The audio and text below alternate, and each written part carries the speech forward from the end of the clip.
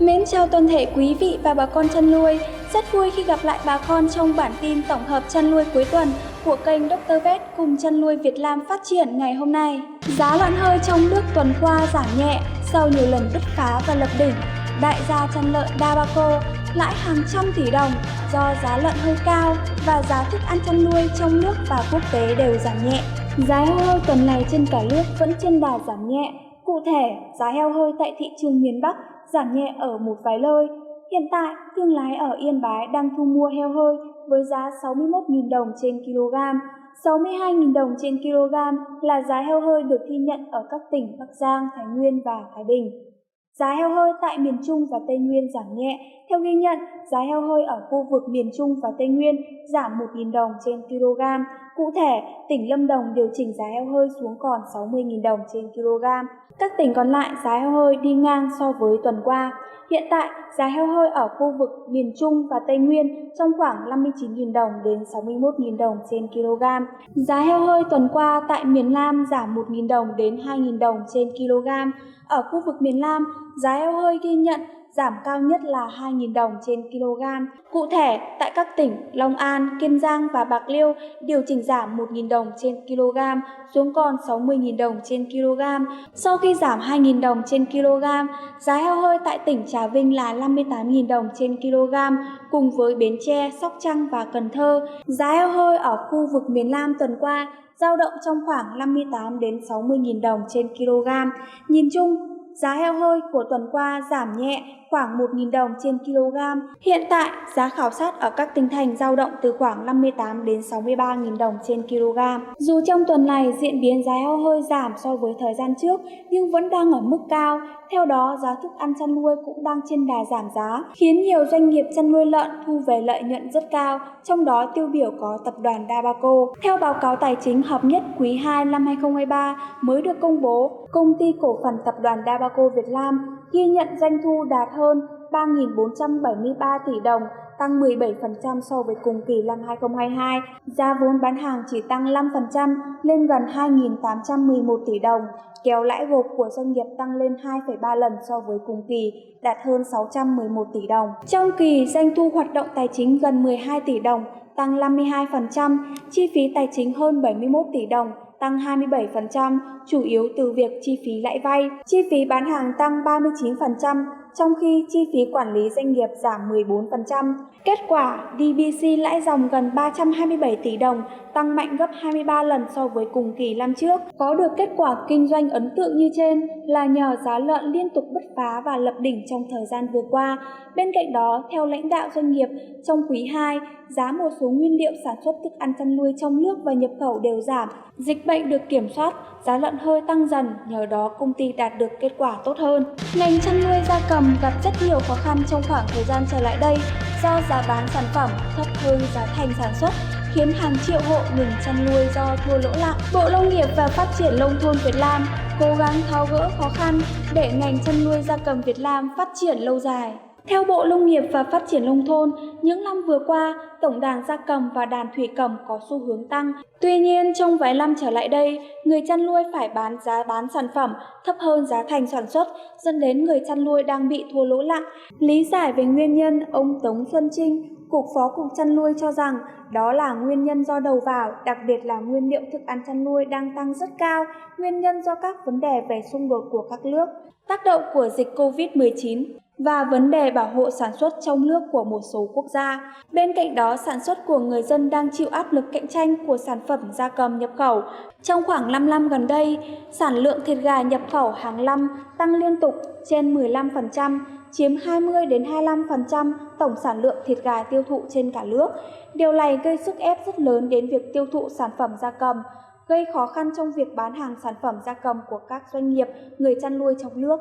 Để giải quyết khó khăn trước mắt, theo ông Tuấn Xuân Trinh, Phó Cục trưởng Cục Chăn nuôi, cần phát huy vai trò của Hiệp hội Chăn nuôi gia cầm Việt Nam, tăng cường liên kết, phối hợp với nội khối của hệ thống chăn nuôi gia cầm, từ người bán giống, thức ăn chăn nuôi, giết mổ, chế biến và phân phối phải liên kết với nhau theo chuỗi giá trị để thông qua sự liên kết đó, đảm bảo đầu vào được giảm xuống ít nhất trên 10%.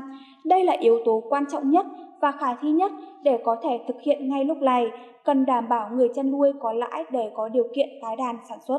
Bộ Nông nghiệp Hàn Quốc hôm nay đã tiến hành cách ly một cơ sở trồng thú nuôi tại thủ đô Seoul sau khi phát hiện chủng cúm gia cầm H5N1 tại 2 con mèo ở cơ sở này.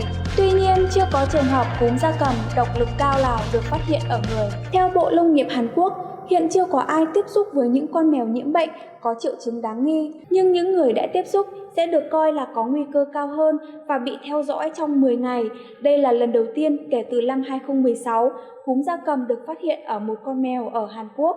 Theo hãng thông tấn Yonhap, 2 con mèo có kết quả xét nghiệm dương tính với H5N1 làm trong 38 con mèo gần đây đã chết tại cơ sở này. H5N1 đã lây lan giữa gia cầm và chim hoang dã trong nhiều năm trở lại đây, nhưng đã có những đợt bùng phát lẻ tẻ được báo cáo trên toàn cầu ở các loài động vật có vú như mèo, trồn và dái cá. Tổ chức Y tế Thế giới cho biết nguy cơ con người nhiễm H5N1 vẫn còn thấp, nhưng cảnh báo các báo cáo về nhiễm trùng ở động vật có vú vẫn cần được theo dõi chặt chẽ. Các cơ quan của Liên Hợp Quốc trong tháng này đã cảnh báo về sự gia tăng liên tục của các đợt bùng phát dịch cúm gia cầm trên toàn cầu, làm dấy lên mối lo ngại rằng virus có thể thích nghi để lây nhiễm sang người dễ dàng hơn và kêu gọi các quốc gia tăng cường giám sát dịch bệnh, cải thiện vệ sinh tại các trang trại gia cầm. Hàng chục hộ dân tại thôn Đông Hội mất ăn mất ngủ vì ruồi xuất hiện với số lượng lớn trong khoảng vài tháng trở lại đây. Nhiều người dân thôn Đông Hội nghi ngờ rằng việc ruồi xuất hiện nhiều và bất thường là do công ty VH bón phân cho cây trồng bằng phân gà chưa qua xử lý, gây ô nhiễm môi trường. Chiều ngày 20 tháng 7, cuộc đối thoại ba bên giữa Ủy ban Nhân dân xã Thành Công, huyện Thạch Thành, tỉnh Thanh Hóa, đại diện công ty VH và người dân thôn Đồng Hội diễn ra khá căng thẳng, qua đó làm rõ nhiều vấn đề mà người dân bức xúc. Mở đầu cuộc đối thoại, người dân thôn Đông Hội cho rằng số lượng ruồi xuất hiện bất thường xuất phát từ việc bón phân gà tươi cho 30 hecta cây ăn quả của công ty VH.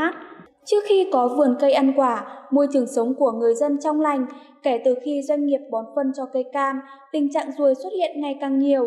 Người dân yêu cầu công ty VH phải có trách nhiệm về việc này.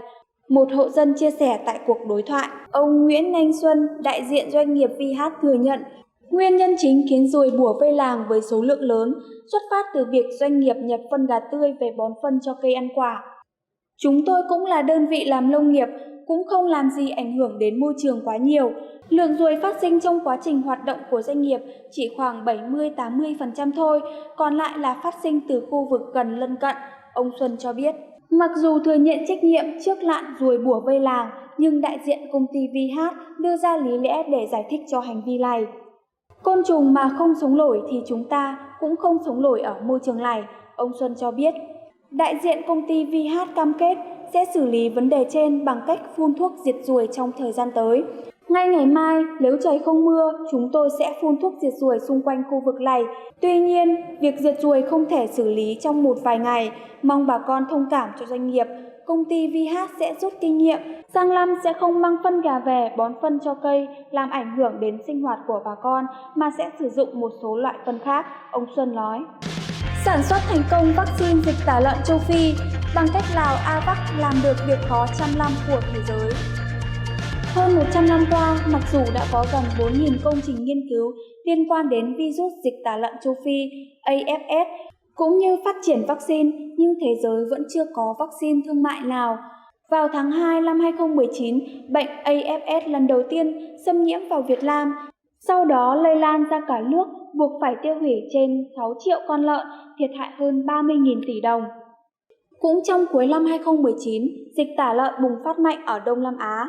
Bộ Nông nghiệp Thái Lan ước tính nếu 50% số lợn của nước này bị nhiễm AFS sẽ gây ra thiệt hại 32 tỷ baht, tương đương 1 tỷ USD cho nền kinh tế của đất nước. Mức thiệt hại có thể tăng lên gấp đôi nếu 80% lợn bị nhiễm. Philippines công bố dịch AFS gây thiệt hại hơn 100 tỷ peso, khoảng 2,1 tỷ USD cho ngành chăn nuôi lợn và ngành kinh tế liên quan. Không phải là đơn vị đầu tiên nghiên cứu về vaccine phòng dịch tả lợn châu Phi, nhưng với kết quả của mình, AVAX đã đưa Việt Nam vươn lên là nước đầu tiên nghiên cứu thành công và đi trọn vẹn con đường thương mại hóa vaccine phòng căn bệnh này. Điều thú vị là trong rất nhiều cuộc đàm thoại để trở thành đầu mối phân phối độc quyền, các tỷ phú đến từ Thái Lan, Philippines, Malaysia hay Indonesia đều phải thốt lên You are treasure. Tin tức vừa rồi đã khép lại bản tin tổng hợp chăn nuôi cuối tuần của kênh Dr. Vet cùng chăn nuôi Việt Nam phát triển ngày hôm nay. Cảm ơn quý vị và các bạn đã quan tâm theo dõi. Xin chào và hẹn gặp lại!